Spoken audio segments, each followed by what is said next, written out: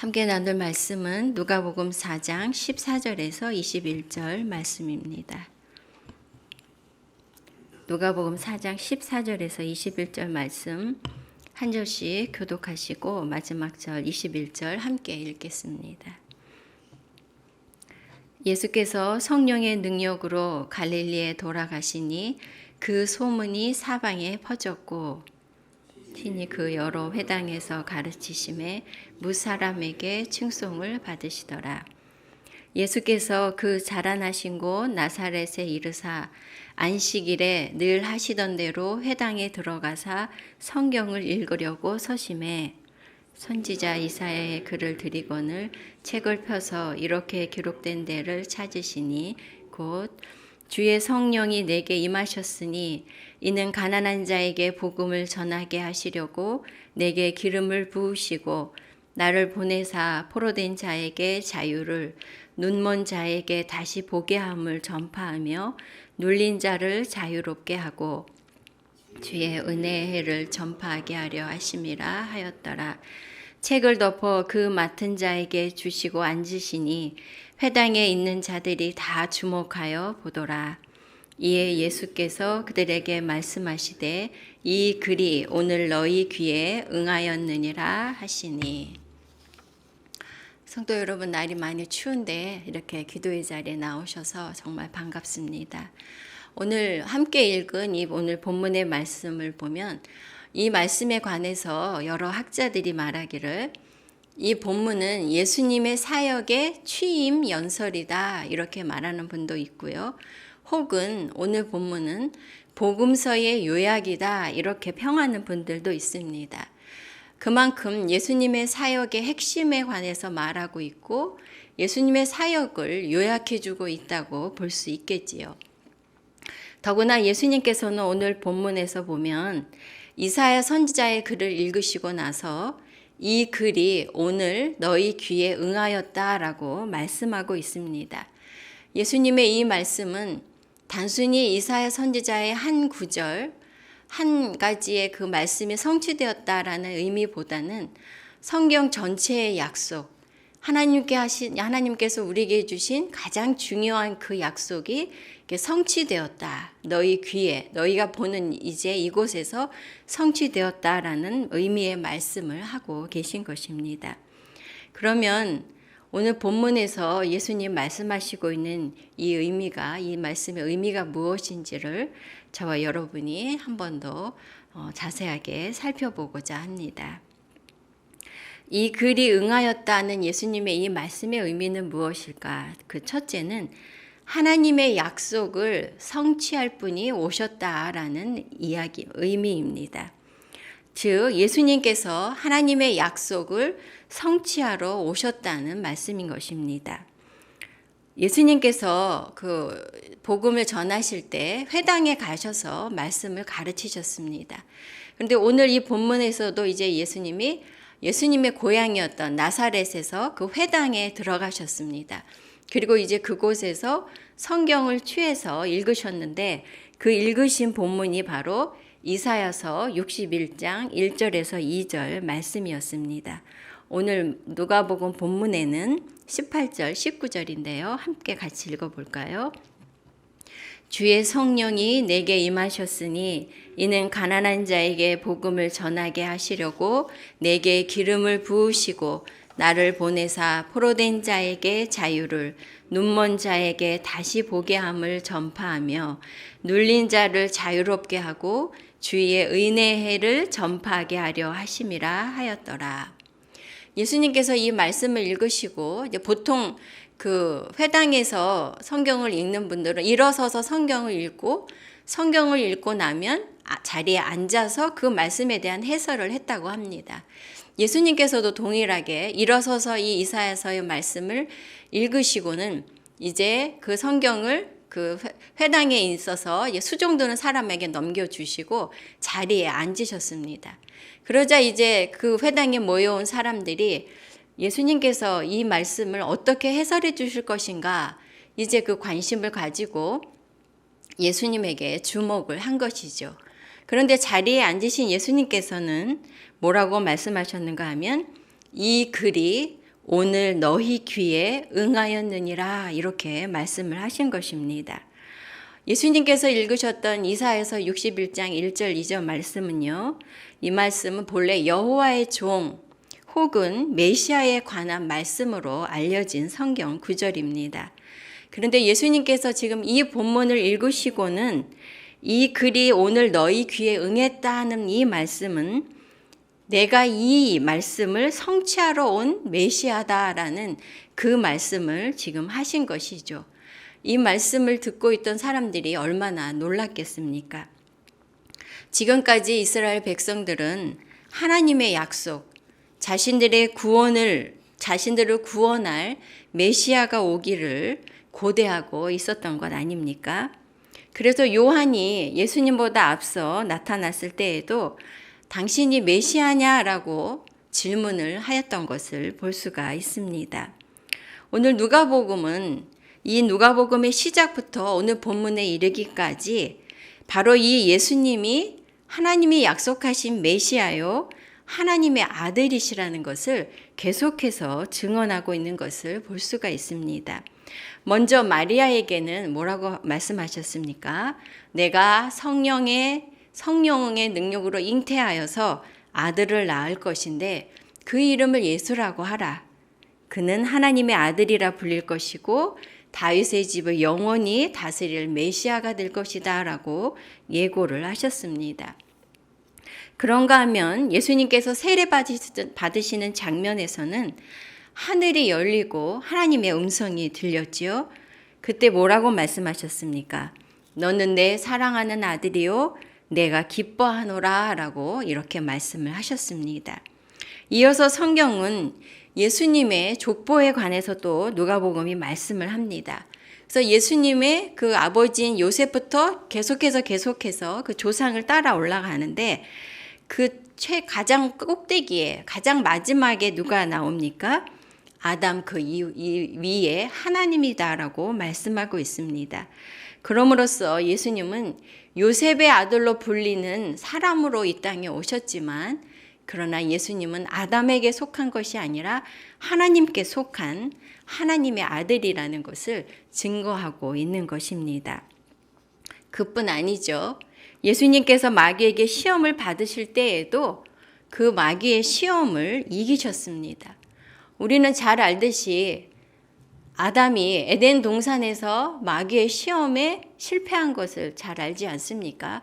그 이후로 누가 완벽하게 이 마귀의 시험을 이길 수 있었겠습니까? 오직 예수님께서만 하나님의 말씀으로 마귀의 시험을 이기셨다는 것을 성경은 말씀해주고 있습니다. 이처럼 예수님께서는 메시아로서의 자격을 완벽하게 갖추신 분이요.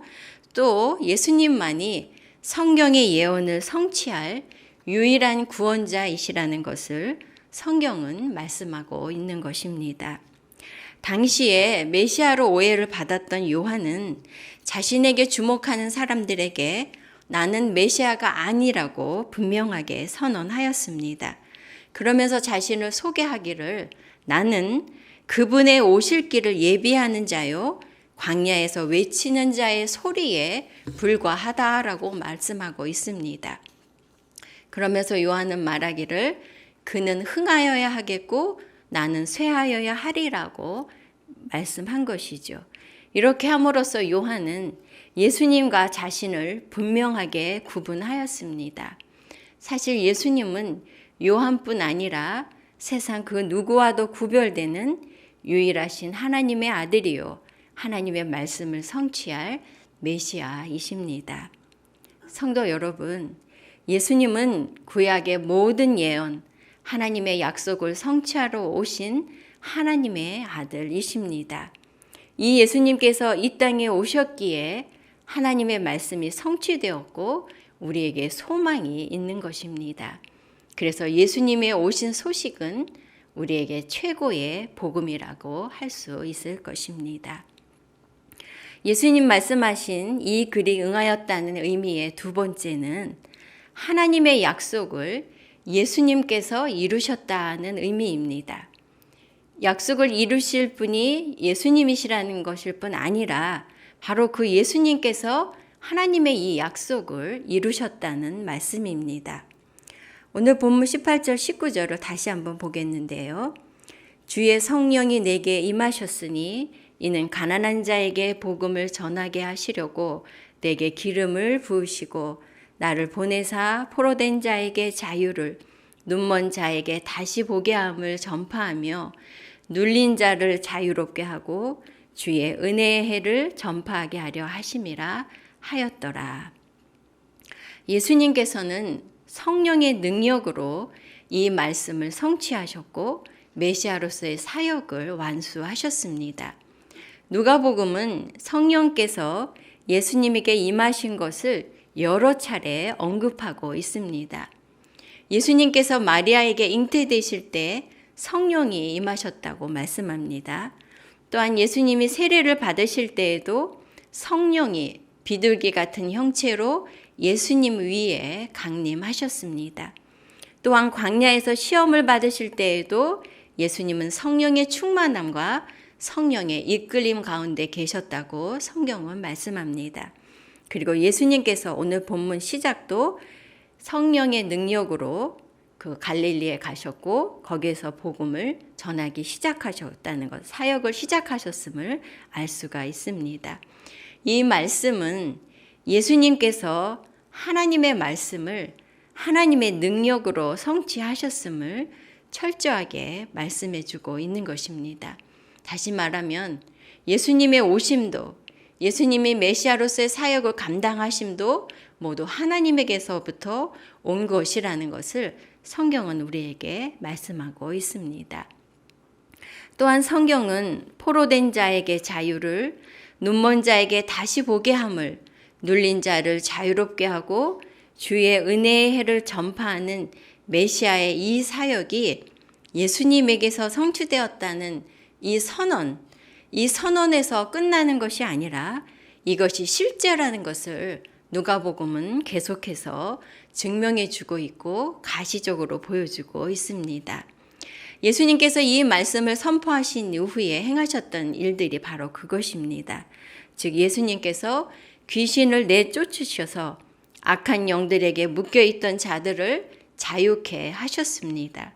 소경의 눈을 뜨게 하셔서 보지 못하던 자가 보게 하셨습니다. 또한 온갖 질병에 눌려 고통하는 사람들을 치유해 주심으로써 그들을 질병으로부터 자유케 하시고 회복시켜 주시는 그 사건들을 통해서 가시적으로 보여주고 있습니다. 예수님께서 읽으셨던 이사야서 61장 1절 2절 이 말씀은 사실 이사야 선지자는 1차적으로 이스라엘 백성들이 바벨론 포로에서 해방되고 그래서 다시 본국으로 돌아오게 될 것을 예언한 말씀입니다. 그리고 이 예언은 우리가 알다시피 성취가 되었습니다. 또한 이 말씀의 배경 속에는 그 내용 속에는 하나님께서 이스라엘 백성들에게 주신 희년의 절기가 담겨 있습니다. 이 희년 때에는 모든 빚이 다 탕감이 됩니다. 모든 빚을 다 사해 줍니다. 또한 종으로 들어갔던 사람들도 종에서 풀려나서 자유의 몸이 됩니다. 또 어떤 연유로든 자신의 기업이었던 땅을 팔아 넘겼다면 그것이 최초의 주인에게로 다시 돌아가는, 다시 회복되는 그런 모든 회복을 담고 있는 것이죠. 그런데 어떻습니까? 이스라엘 백성들이 바벨론 포로에서 돌아왔으나 그들은 여전히 정치적인 위협과 압제와 속박 속에 있었습니다. 그뿐 아니라 하나님께서 회복의 삶을 누리도록 희년의 제도를 주셨지만 유대인들은, 이스라엘 백성들은 이 희년 절기를 온전하게 지키지 못했습니다. 그러므로 이사야 선지자가 예언했던 61장 1절 2절의 이 말씀은 사실은 온전히 성취되지 못했다고 볼 수 있을 것이죠. 그러나 이 말씀은 바로 예수 그리스도에게서 온전하게 성취된 것입니다. 이 모든 회복의 궁극적인 성취는 바로 예수님에게서 이루어진 것입니다.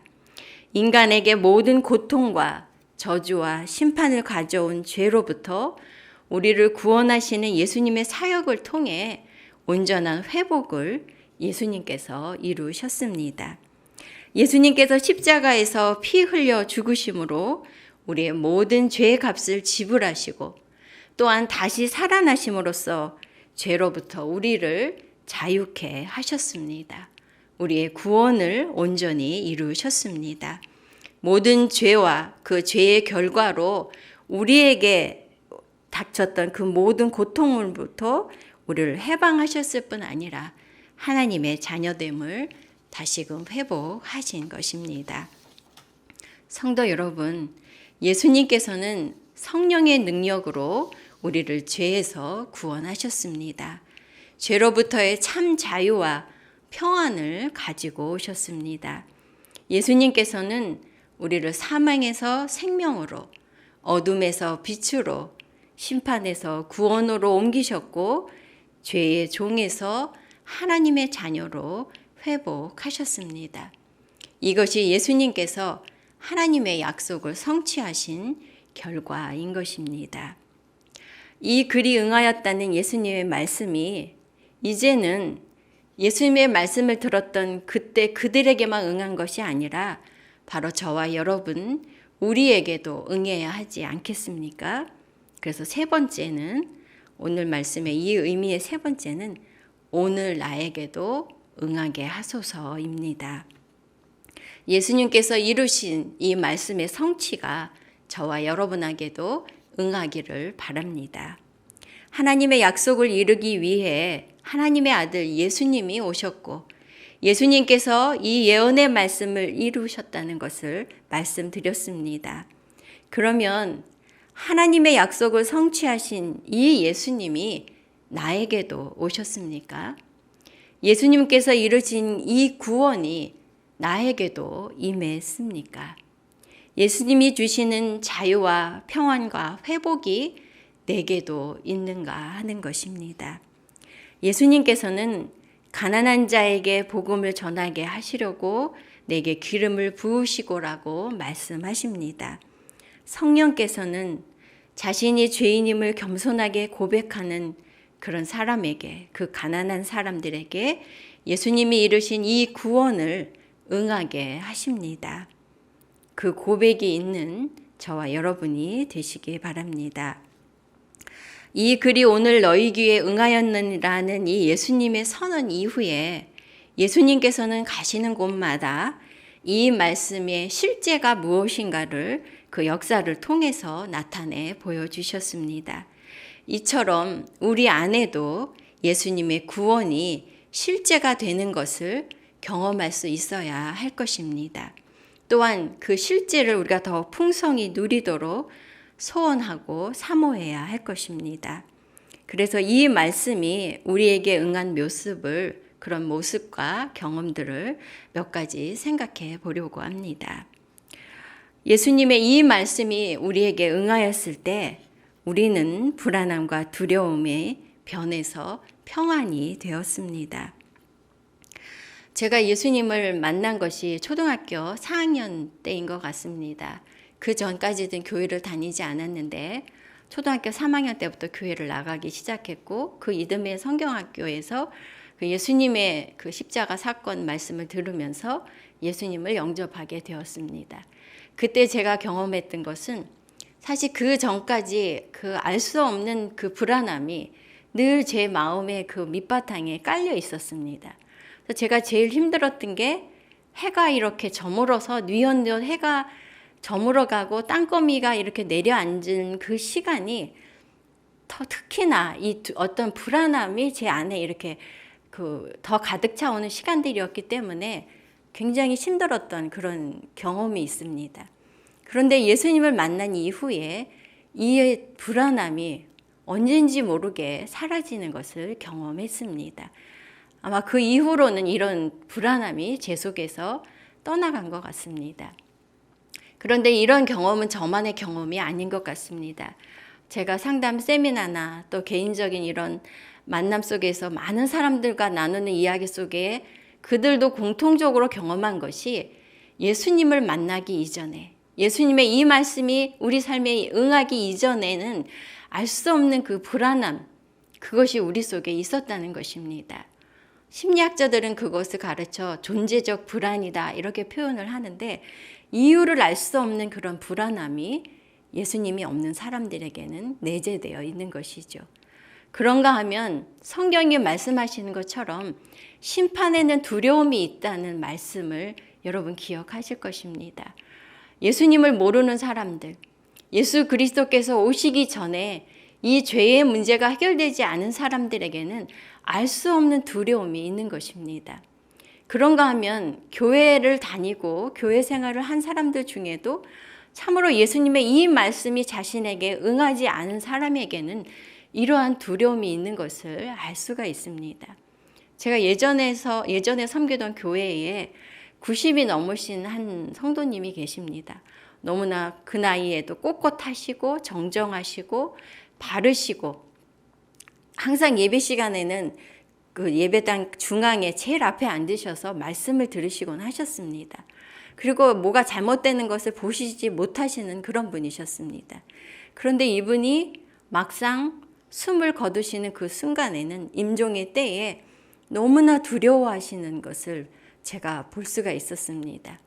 그 모습을 보면서 섣불리 판단할 수는 없지만 뭔가 저분에게 해결되지 않은 두려움이 있구나 하는 것을 느낄 수가, 곁에서 보면서 느낄 수가 있었습니다. 사랑하는 성도 여러분, 여러분 안에는 예수님의 이 말씀이 응하였습니까? 여러분 안에는 이 두려움과 알 수 없는 두려움, 불안함에서 해방이 되었는가 하는 것이죠.